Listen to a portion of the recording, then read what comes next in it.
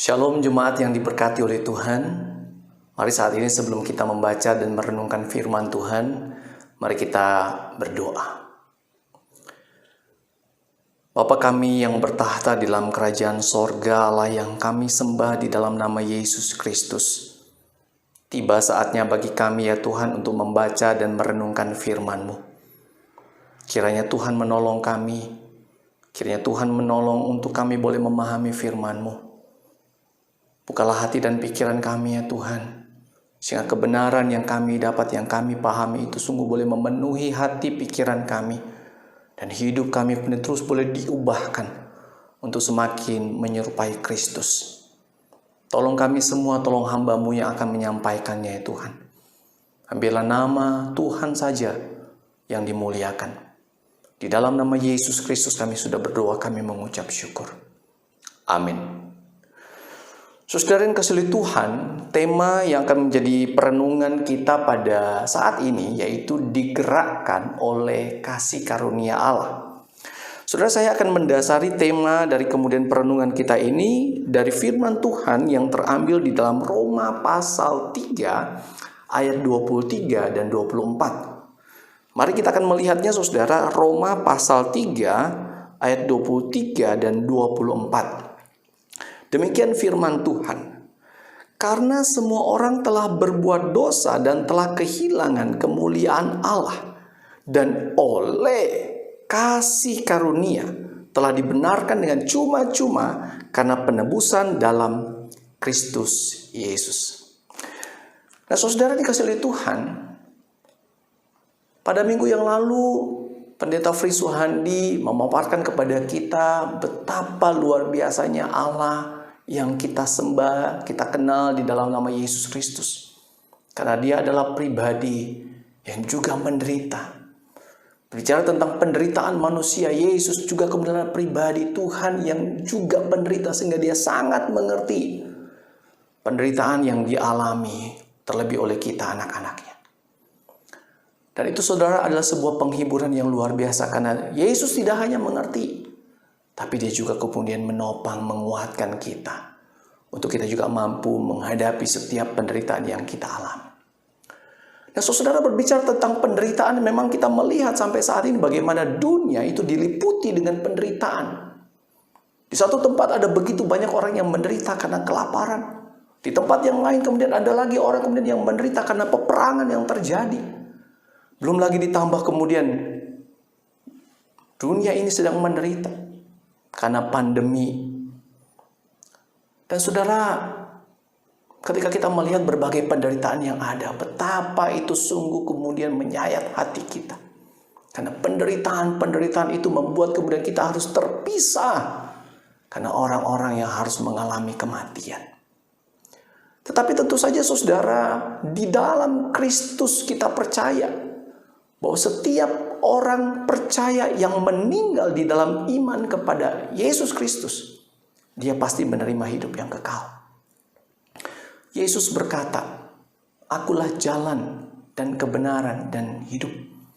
Tidak ada seorang pun yang datang kepada Bapa kalau tidak melalui aku."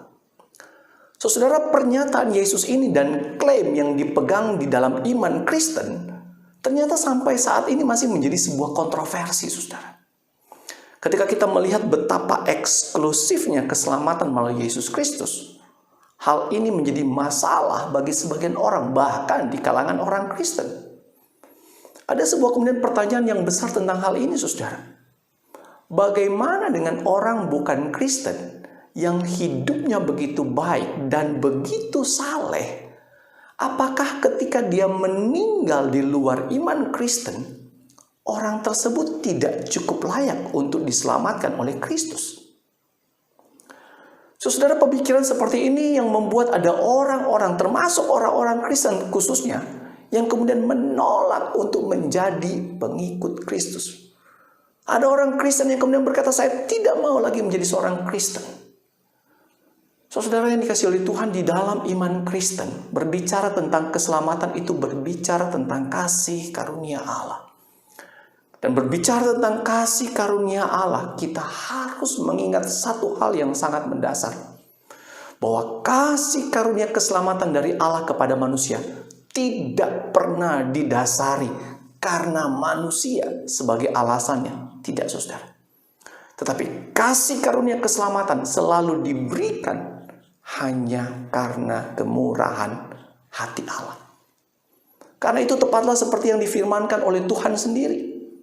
Aku akan menaruh belas kasihan kepada siapa aku mau menaruh belas kasihan. Dan aku akan bermurah hati kepada siapa aku mau bermurah hati. Nah, saudara, kita perlu kemudian memahami ini dengan jelas tentu saja. Karena akan sangat berdampak pada kehidupan iman kita yang kita jalani. Saudara, saya akan memulai penjelasan atau kemudian perenungan kita pada kemudian hari ini dengan kondisi manusia pada mulanya, saudara. Saya mengajak kita untuk kembali mengingat peristiwa di Taman Eden, saudara. Pada waktu itu, saudara, di Taman Eden, manusia dan Allah memiliki hubungan yang sangat indah, saudara. Begitu luar biasa. Melalui Allah, manusia mengalami sebuah kehidupan yang luar biasa. Hidup yang berkelimpahan, saudara. Nah, sebagai pihak yang berotoritas, maka Allah menyatakan kasih-Nya dan kuasa-Nya supaya manusia itu bisa menikmati hidup yang berkelimpahan tentu saja. Karena itu juga kemudian Allah memberikan perintah-Nya. Tuhan berfirman kepada manusia, semua pohon dalam taman ini boleh kau makan buahnya dengan bebas. Tetapi pohon pengetahuan tentang yang baik dan yang jahat itu, janganlah kau makan buahnya. Sebab pada hari engkau memakannya, pastilah engkau mati. Saudara, ini sebuah perintah yang sederhana. Buah yang lain boleh, bebas. Tapi buah yang satu ini, buah dari pohon pengetahuan yang baik dan yang jahat, jangan kau makan buahnya. Sederhana, saudara. Tapi kemudian ternyata manusia melanggar perintah itu. Nah, saudara, pelanggaran itu membawa manusia kemudian mengalami yang kita sebutkan, yang dikatakan oleh Alkitab, mengalami dosa, saudara. Dan Alkitab juga kemudian berkata, sebab upah dosa ialah maut. Persis sama seperti yang sudah Tuhan firmankan. Ketika engkau memakannya, pada hari engkau memakannya, pastilah engkau mati. Nah, saudara, mati di sini itu berbicara secara rohani. Maksudnya begini, saudara, itu bicara tentang putusnya hubungan antara kemudian Allah dengan manusia. Nah, saudara, mati di sini saya beri contoh seperti ketika misalnya kabel listrik di depan rumah kita yang menuju ke rumah kita itu putus, saudara. Sehingga kemudian tidak ada lagi aliran listrik ke dalam rumah kita, saudara. Maka kita akan mengalami yang namanya mati listrik, saudara. Ketika misalnya juga pipa air utama dari penampungan air yang ada di atas, saudara, itu kemudian entah kenapa lalu putus, saudara. Sehingga tidak ada lagi air yang mengalir masuk ke dalam rumah. Maka kemudian saudara kita akan mengalami yang namanya mati air. Saudara, demikianlah yang terjadi pada manusia ketika manusia itu kemudian mati secara rohani. Manusia mengalami putusnya hubungan dengan Allah. Nah, Allah adalah sumber hidup. Bukan sekedar hidup, saudara, tetapi hidup yang berkelimpahan. Nah, ketika manusia jatuh di dalam dosa, manusia itu kemudian mengalami keterpisahan dari Allah. Manusia terpisah dari sumber kehidupan. Itulah, saudara, mengapa manusia kemudian mengalami mati secara rohani. Artinya, saudara, manusia tidak lagi hidup seperti yang Tuhan inginkan. Tetapi manusia menjadi jahat. Hidup berdasarkan keinginan hatinya yang sudah rusak karena dosa, saudara. Nah, keadaan manusia yang sangat menyedihkan ini, saudara, bahkan ternyata belum selesai. Saudara, Allah pencipta kita, pencipta manusia adalah juga Allah yang maha kudus, Allah yang maha adil. Nah, Allah ini telah memberikan kasih yang begitu besar, kebaikan yang berkelimpahan bagi manusia. Tetapi ternyata manusia kemudian memberontak dengan melawan Allah. Nah, saudara, hal ini membuat manusia kemudian juga harus menerima satu konsekuensi yang sangat fatal. Tadi kita melihat bagaimana kemudian hal itu membuat manusia mengalami dosa. yang kemudian membuat manusia mati secara rohani, sumber hidup putus. Tetapi kemudian karena dosa ini yang ada pada manusia membuat kemudian Allah itu kemudian harus menghukum manusia. Manusia sudah memberontak kepada Allah. Maka Allah harus menghukum manusia. Saudara, sebagai hakim yang adil, Allah wajib menghukum manusia. Dan hukumannya hanya satu, saudara. Kematian yang kekal. Yaitu keterpisahan dari Allah. Dibuang dari hadapan Allah. Dan mengalami penderitaan selama-lamanya. Saudara, dan itu berlaku untuk semua manusia. Tidak terkecuali. Tidak ada satupun, saudara. Semua manusia harus menerima hukuman ini, saudara. Saudara yang dikasihi oleh Tuhan, kebohongan kelima yang coba dibahas oleh Erwin Lutzer dalam bukunya 10 kebohongan tentang Allah. Di situ dalam bagian yang kelima dinyatakan bahwa ada banyak orang yang berkata bahwa Allah berkewajiban untuk menyelamatkan para penganut agama-agama yang lain. Saudara, jelas ini adalah sebuah kebohongan. Ini adalah ketidakbenaran. Jangankan para penganut agama-agama lain. Orang Kristen sendiri pun belum tentu diselamatkan, saudara. Karena saudara berbicara tentang hal yang wajib Allah lakukan kepada manusia yang berdosa, itu hanya ada satu, saudara, menghukum manusia yang berdosa. Dan siapa manusia yang tidak berdosa? Semua manusia berdosa, saudara. Firman Tuhan berkata dalam Roma pasal 3 ayat 23, karena semua orang telah berbuat dosa, termasuk orang Kristen. Jangankan berbicara tentang penganut agama yang lain, orang Kristen pun adalah kemudian orang yang berdosa. Dan karena itu kemudian manusia, semua siapapun itu akan mendapatkan hukuman dari Tuhan. Inilah hal yang wajib, yang memang harus Allah lakukan. Tetapi saudara, tentu saja kisah ini tidak berhenti sampai di situ. Alkitab menyatakannya kepada kita. Saudara, Allah pencipta kita layak disebut Allah karena Dia adalah Allah yang sempurna. Dia Allah yang maha kudus. Dia hakim. Dia yang maha adil. Tetapi Dia juga adalah Allah yang murah hati, panjang sabar, dan berlimpahkan kasih setianya. Saudara, di dalam kemarahannya dan penghukuman yang harus Dia jatuhkan, Allah tetap berusaha menyelamatkan manusia. Karena Allah mengasihi manusia. Saudara masih ingat kisah anak yang hilang di dalam kitab Lukas?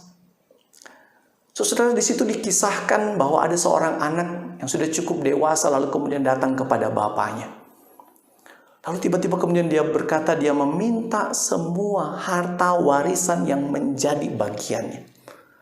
Saudara, ini bapaknya masih hidup, masih sehat, masih kuat.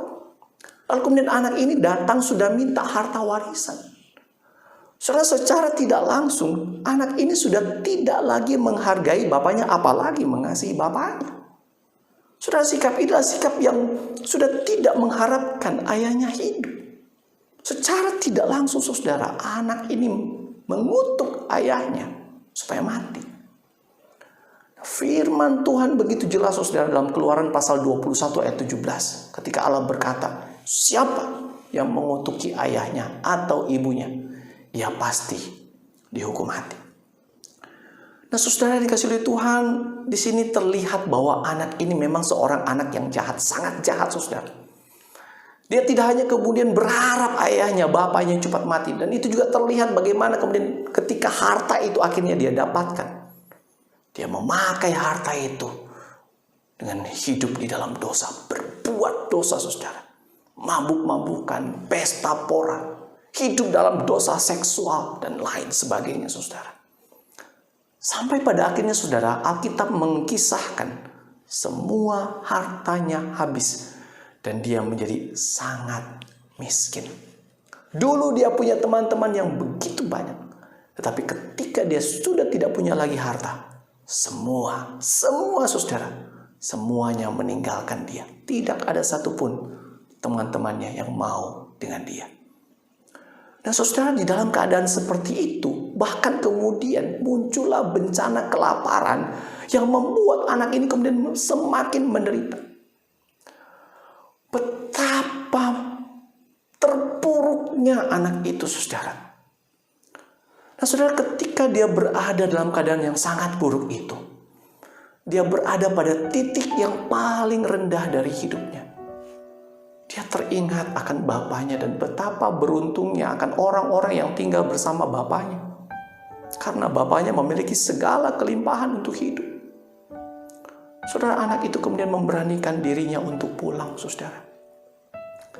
Saudara, ingat hukuman bagi anak yang mengutuki ayahnya? Kematian. Tetapi apa yang terjadi? Alkitab menyatakannya kepada kita, saudara. Ketika anak itu pulang, bapaknya melihat anak itu dari jauh. Bapak itu kemudian berlari mendapati anak itu. Anak yang begitu bau, anak yang begitu kotor, anak yang bahkan begitu busuk, hatinya begitu busuk. Tapi kemudian bapak itu memeluk anak itu, dia mencium anak itu, saudara. Tidak berhenti sampai di situ, saudara. Bahkan bapak itu kemudian mengembalikan anaknya pada posisinya sebagai anak yang dikasihi dan menerima segala kelimpahan, saudara. Demikianlah kasih, saudara, yang Allah nyatakan pada manusia. Bahkan, saudara, ketika Anda merenungkan lebih dalam lagi, kasih yang Allah nyatakan untuk menyelamatkan manusia terjadi melalui sebuah pengorbanan yang begitu luar biasa. Allah sendiri yang datang ke dalam dunia dan kita mengenalnya di dalam nama Yesus Kristus. Kitab Filipi mengungkapkan dengan begitu jelas, Kristus yang walaupun dalam rupa Allah tidak menganggap kesetaraan dengan Allah itu sebagai milik yang harus dipertahankan, melainkan telah mengosongkan dirinya sendiri, mengambil rupa seorang hamba, menjadi sama dengan manusia. Saudara, dia pribadi yang begitu maha mulia, saudara. Kegemilangannya begitu dahsyat. Tetapi Allah itu kemudian rela mau datang ke dalam dunia, merendahkan dirinya, menjadi sama dengan manusia. Ayat 8 kemudian melanjutkan, dan dalam keadaan sebagai manusia, Kristus telah merendahkan dirinya dan taat sampai mati, bahkan sampai mati di kayu salib. Bapak, Ibu, Saudara yang dikasihi oleh Tuhan, mari kita pikirkan dan kita renungkan ini baik-baik. Semua manusia telah berada di dalam murka Allah yang menyala-nyala. Semua manusia telah menerima hukuman dari Allah. Tetapi Yesus Kristus datang untuk menebus dosa kita. Dia yang menanggung murka dan hukuman dari Allah Bapa. Saudara, apakah kita layak menerimanya?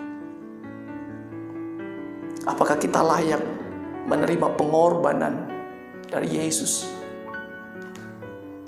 Tidak, saudara.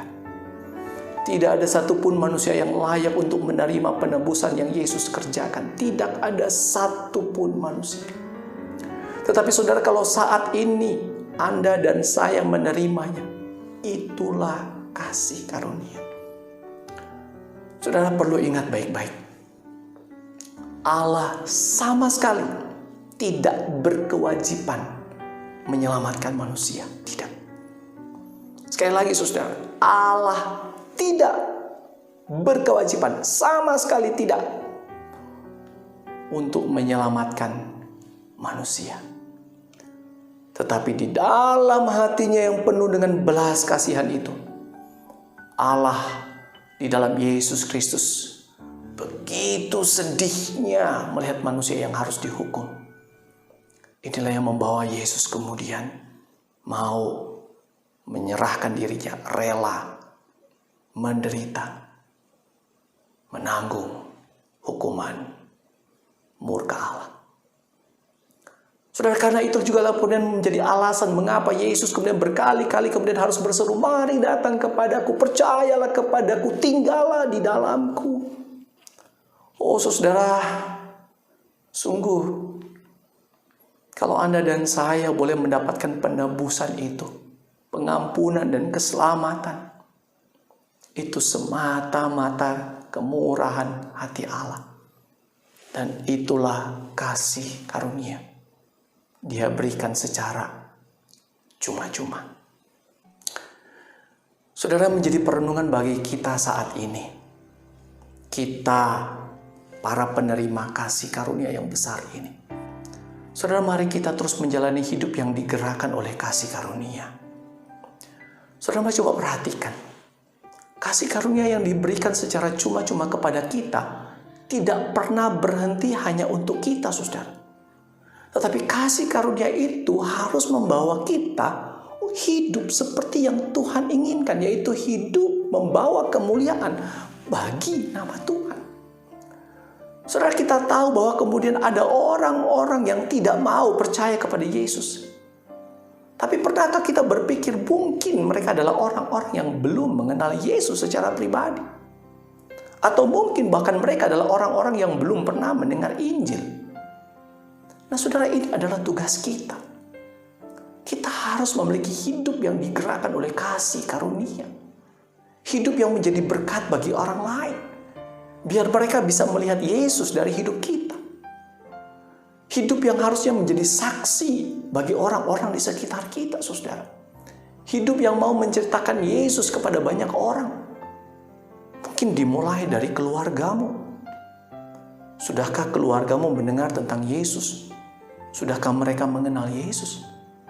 Adakah mereka melihat Yesus di dalam hidupmu? Adakah orang-orang di sekitar kita melihat imanmu?